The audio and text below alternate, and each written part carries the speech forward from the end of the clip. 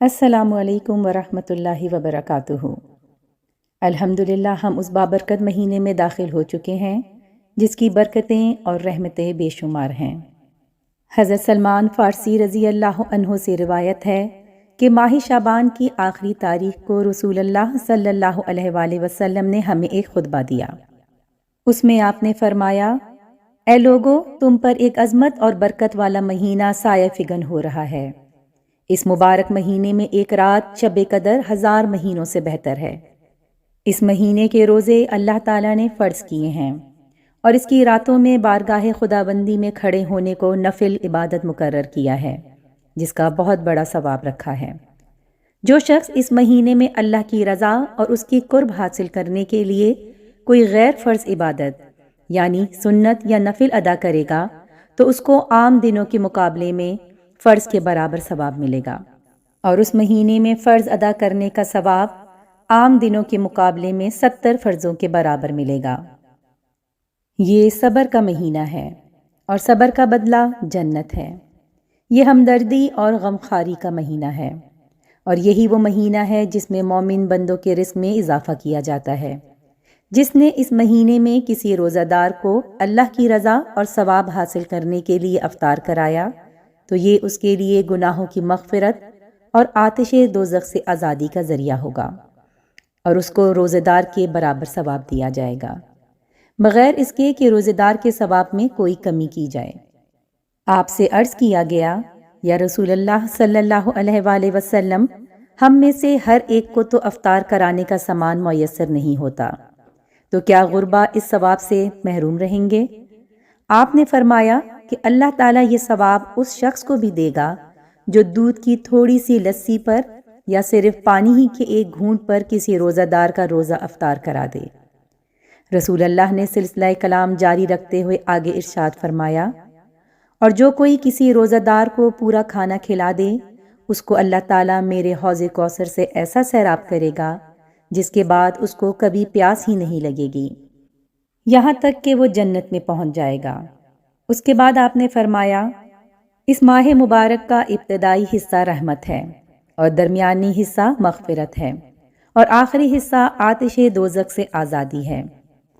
آپ نے فرمایا، جو آدمی اس مہینے اپنے غلام و خادم کے کام میں تخفیف اور کمی کر دے گا، اللہ تعالیٰ اس کی مغفرت فرما دے گا اور دوزخ سے رہائی اور آزادی دے گا۔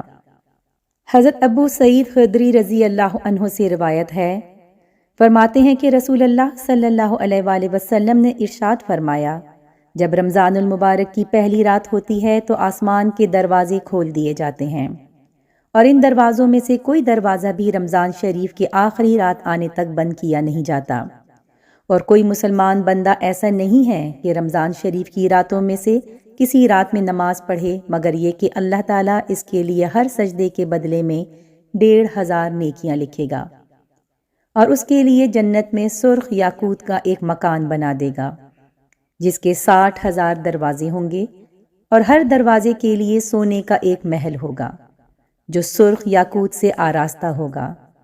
پھر جب روزہ دار رمضان المبارک کے پہلے دن کا روزہ رکھتا ہے تو اس کے گزشتہ سب گناہ معاف کر دیے جاتے ہیں، اور اس روزے دار کے لیے روزانہ صبح کی نماز سے لے کر غروب آفتاب تک 70,000 فرشتے اللہ سے مغفرت چاہتے رہتے ہیں۔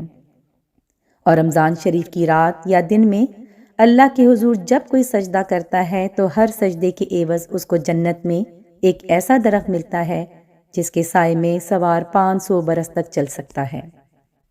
حضرت علی رضی اللہ عنہ سے روایت ہے کہ جب رمضان شریف کی پہلی رات ہوئی تو سرکار دو عالم صلی اللہ علیہ وآلہ وسلم لوگوں سے خطاب کرنے کے لیے کھڑے ہوئے اور اللہ تعالیٰ کی حمد و ثنا بیان کر کے ارشاد فرمایا، اے لوگو، تمہاری طرف سے تمہارے دشمن جنات کے لیے اللہ تعالیٰ کافی ہیں، اور اللہ تعالیٰ نے تم سے دعا قبول کرنے کا وعدہ فرمایا ہے۔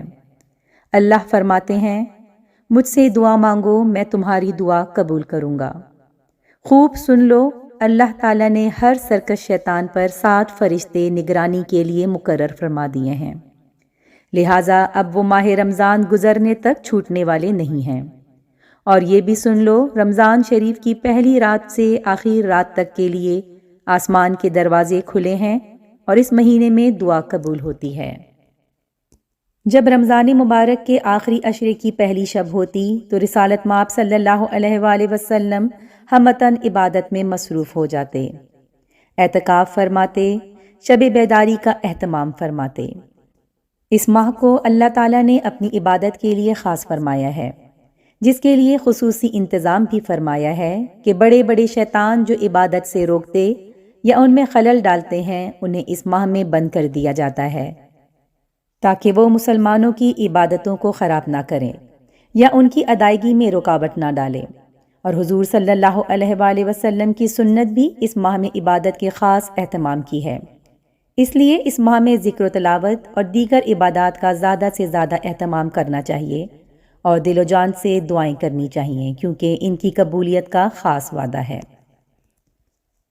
حضرت عبداللہ بن مسعود رضی اللہ عنہ رسول کریم صلی اللہ علیہ وآلہ وسلم سے روایت کرتے ہیں کہ حضرت صلی اللہ علیہ وآلہ وسلم نے ارشاد فرمایا، جب رمضان شریف کے مہینے کی پہلی شب ہوتی ہے تو جنتوں کے دروازے کھول دیے جاتے ہیں اور پورے مہینے یہ دروازے کھلے رہتے ہیں، ان میں سے ایک دروازہ بھی پورے مہینے بند نہیں ہوتا، اور دوزخ کے دروازے بند کر دیے جاتے ہیں اور تمام مہینے دروازے بند رہتے ہیں۔ اس دوران کوئی ایک دروازہ بھی نہیں کھلتا اور سرکش جنات قید کر دیے جاتے ہیں، اور رمضان شریف کی ہر رات میں ایک آواز لگانے والا تمام رات صبح صادق تک یہ آواز لگاتا رہتا ہے کہ اے بھلائی اور نیکی کی تلاش کرنے والے، نیکی کا ارادہ کر اور خوش ہو جا، اور اے بدی کا قصد کرنے والے، بدی سے رک جا اور اپنے حالات میں غور کر اور ان کا جائزہ لے۔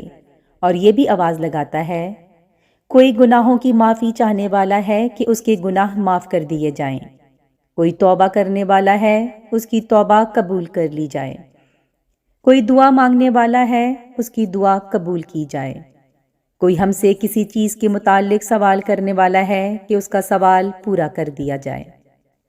حضرت ابن عباس سے رمضان المبارک کی فضیلت کے متعلق ایک طویل اور جامع روایت منقول ہے، اس میں یہ بھی ہے کہ رسول اللہ صلی اللہ علیہ وآلہ وسلم نے فرمایا کہ حق تعالی شانہ رمضان شریف میں روزانہ افطار کے وقت ایسے 10 لاکھ آدمیوں کو جہنم سے بری فرماتے ہیں جو جہنم کے مستحق ہو چکے تھے، اور جب رمضان کا آخری دن ہوتا ہے تو یکم رمضان سے آج تک جس قدر لوگ جہنم سے آزاد کیے گئے ہیں ان کے برابر ایک دن میں آزاد فرماتے ہیں۔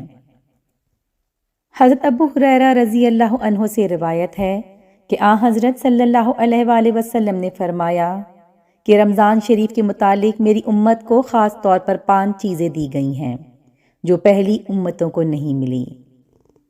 نمبر 1، روزے دار کے منہ کی بدبو جو بھوک کی وجہ سے پیدا ہوتی ہے اللہ کے نزدیک مشک سے زیادہ پسندیدہ ہے۔ نمبر 2، ان کے لیے دریا کی مچھلیاں تک دعائیں مغفرت کرتی ہیں اور افطار کے وقت تک کرتی رہتی ہیں۔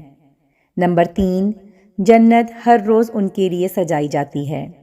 پھر حق تعالی شانہ فرماتے ہیں کہ قریب ہے کہ میرے بندے مشقتیں اپنے اوپر سے پھینک کر تیری طرف آ جائیں۔ نمبر 4، اس ماہ مبارک میں سرکش شیاطین قید کر دیے جاتے ہیں کہ وہ رمضان میں ان برائیوں کی طرف نہیں پہنچ سکتے جن کی طرف غیر رمضان میں پہنچ سکتے ہیں۔ نمبر 5، رمضان کی آخری رات میں روزہ داروں کے لیے مغفرت کی جاتی ہے۔ صحابہ کرام نے عرض کیا، کیا یہ شب مغفرت شب قدر ہے؟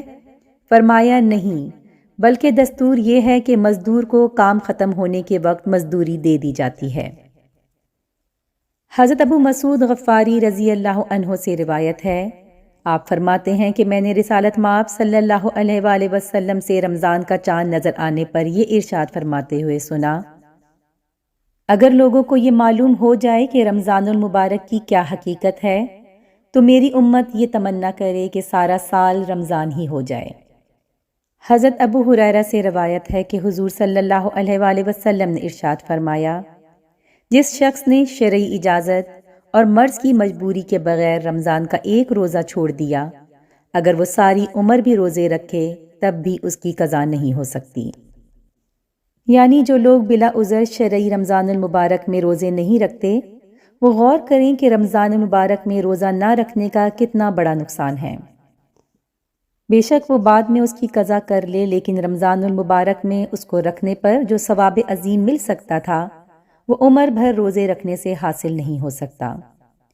اس لیے چند روز کی گرمی و سردی سب برداشت کر لیں اور رمضان المبارک میں روزے رکھنے کا اہتمام کریں۔ روزہ اسلام کے ارکان میں ایک اہم رکن ہے۔ اس کے بارے میں اللہ کا فرمان ہے، اے ایمان والو، تم پر روزے فرض کیے گئے ہیں جس طرح کے پہلی امتوں پر فرض کیے گئے تھے تاکہ تم پرہیزگار بنو۔ رمضان وہ مہینہ ہے جس میں قرآن پاک نازل ہوا، جو لوگوں کے لیے سرچشمہ ہدایت اور حق و باطل میں فرق کرنے والی واضح تعلیمات پر مشتمل ہے۔ آپ صلی اللہ علیہ وآلہ وسلم کا فرمان ہے کہ تم میں سے بہترین شخص وہ ہے جو خود بھی قرآن سیکھے اور دوسروں کو بھی سکھائے۔ آپ صلی اللہ علیہ وآلہ وسلم نے فرمایا، رمضان میں صدقہ سب اعمال سے افضل ہے۔ حضرت عبداللہ بن عباس فرماتے ہیں کہ جناب جبرائیل علیہ السلام رسالت مآب صلی اللہ علیہ وآلہ وسلم سے رمضان کی ہر رات ملتے اور قرآن کی دہرائی کرتے۔ تب آپ صلی اللہ علیہ وآلہ وسلم تیز ہوا سے بھی بڑھ کر سخی ہوتے تھے۔ حضرت عائشہ رضی اللہ عنہ فرماتی ہیں کہ میں نے عرض کیا، یا رسول اللہ صلی اللہ علیہ وآلہ وسلم، اگر میں لیلۃ القدر کو پالوں تو میں کیا دعا کروں؟ آپ نے فرمایا، یہ دعا پڑھو، اللہم انک عفو تحب العفو فاعف عنی۔ اے میرے اللہ، بے شک تو معاف کرنے والا ہے، بخشش کو پسند کرتا ہے، لہٰذا مجھے بخش دے۔ حضرت عائشہ فرماتی ہیں کہ جناب رسالت مآب صلی اللہ علیہ وآلہ وسلم رمضان کے آخری عشرے میں عبادت کے لیے جس قدر متحرک ہوتے دوسرے دنوں میں نہیں ہوتے تھے۔ آپ کا ارشاد گرامی ہے، جس نے لیلۃ القدر کا قیام ایمان کی حالت اور ثواب کی نیت سے کیا، اس کے گزشتہ سارے گناہ معاف کر دیے جاتے ہیں۔ رمضان اللہ کا دیا ہوا وہ تحفہ ہے جو مسلمانوں کی زندگی میں بہت زیادہ اہمیت رکھتا ہے۔ رمضان عبادت کا مہینہ ہے جسے اللہ تعالیٰ نے ہمارے لیے رحمت بنا کر بھیجا ہے۔ رمضان کا مہینہ پورے ہونے کی خوشی میں ہی ہم عید مناتے ہیں۔ اس مہینے میں چاروں طرف اللہ کا نور برستا ہے۔ ایسے معلوم ہوتا ہے کہ اللہ کی رحمت اور برکت کو ہم اپنی آنکھوں سے دیکھ رہے ہیں۔ اللہ تعالیٰ خود ارشاد فرماتے ہیں، اے روزہ رکھنے والوں، تم یہ روزہ میرے لیے رکھ رہے ہو، جس کا اجر میں تمہیں دنیا میں بھی دوں گا اور آخرت میں بھی۔ روزہ رکھنے والوں سے اللہ بہت خوش ہوتا ہے اور ان کے ہزاروں سال کے گناہوں کو معاف کر دیتا ہے۔ روزہ دار جب روزہ کھولنے دسترخوان پر بیٹھتا ہے تو اللہ بہت زیادہ خوش ہوتا ہے اور شیطان سے کہتا ہے کہ دیکھ، یہ ہے میرا بندہ، تو کہتا تھا کہ میں تیرے بندوں کو ایسا بہکاؤں گا کہ وہ تیرا نافرمان بن جائے گا، لیکن آج دنیا کی تمام نعمتیں اس کے سامنے رکھی ہیں، لیکن وہ اس وقت تک کچھ نہیں کھائے گا اور نہ ہی پیے گا جب تک میں حکم نہ دے دوں، جب تک میرا نام اس کے کانوں میں نہ چلا جائے۔ جس طرح سے اللہ تعالیٰ نے ہمارے لیے رمضان جیسی نعمت کو نازل کیا، اسی طرح ہم سب کو بھی اس مہینے کا احترام کرنا چاہیے اور روزہ رکھنے کے ساتھ ساتھ برے کاموں جیسے جھوٹ، فریب، چوری، غیبت، سود خوری، سارے غلط کاموں سے پرہیز کرنا چاہیے، تبھی ہمارا اللہ ہم سے راضی ہوگا اور ہمارے گناہ بخش دے گا۔ آپ صلی اللہ علیہ وآلہ وسلم کا ارشاد ہے، جنت میں ایک دروازہ ہے، اس کا نام ریان ہے، اور قیامت کے دن اس سے صرف روزے دار داخل ہوں گے۔ کہا جائے گا، روزے دار کہاں ہیں؟ پھر وہ کھڑے ہو جائیں گے، اور جب روزے دار اس دروازے سے داخل ہو جائیں گے تو وہ دروازہ بند کر دیا جائے گا۔ رمضان آ چکا، آسمان کے دروازے کھول دیے گئے، جنت کے دروازے کھول دیے گئے، رحمت کے دروازے کھول دیے گئے، جہنم کے دروازے بند کر دیے گئے، سرکش شیاطین کی گردن میں توق ڈال کر سمندروں میں پھینک دیا گیا۔ رمضان کو رحمت، مغفرت اور بخشش کا ذریعہ بنا دیا گیا۔ چنانچہ حضرت ابو ہریرہ کی ایک روایت میں ہے کہ رمضان کا اول حصہ رحمت، اس کا درمیانی حصہ مغفرت ہے اور اس کا آخری حصہ دوزخ سے آزادی ہے۔ ہماری بھرپور کوشش ہونی چاہیے کہ اس ماہ مبارک میں اپنے اللہ کو راضی کر لیں، اپنے گناہوں کی بخشش کروا لیں۔ ایک روایت میں ہے کہ حضور صلی اللہ علیہ وآلہ وسلم ممبر کی طرف تشریف لائے اور اپنے ممبر کے پہلے درجے پر قدم رکھا اور فرمایا آمین۔ جب دوسرے پر قدم رکھا تو پھر فرمایا آمین۔ جب تیسرے پر قدم رکھا تو پھر فرمایا آمین۔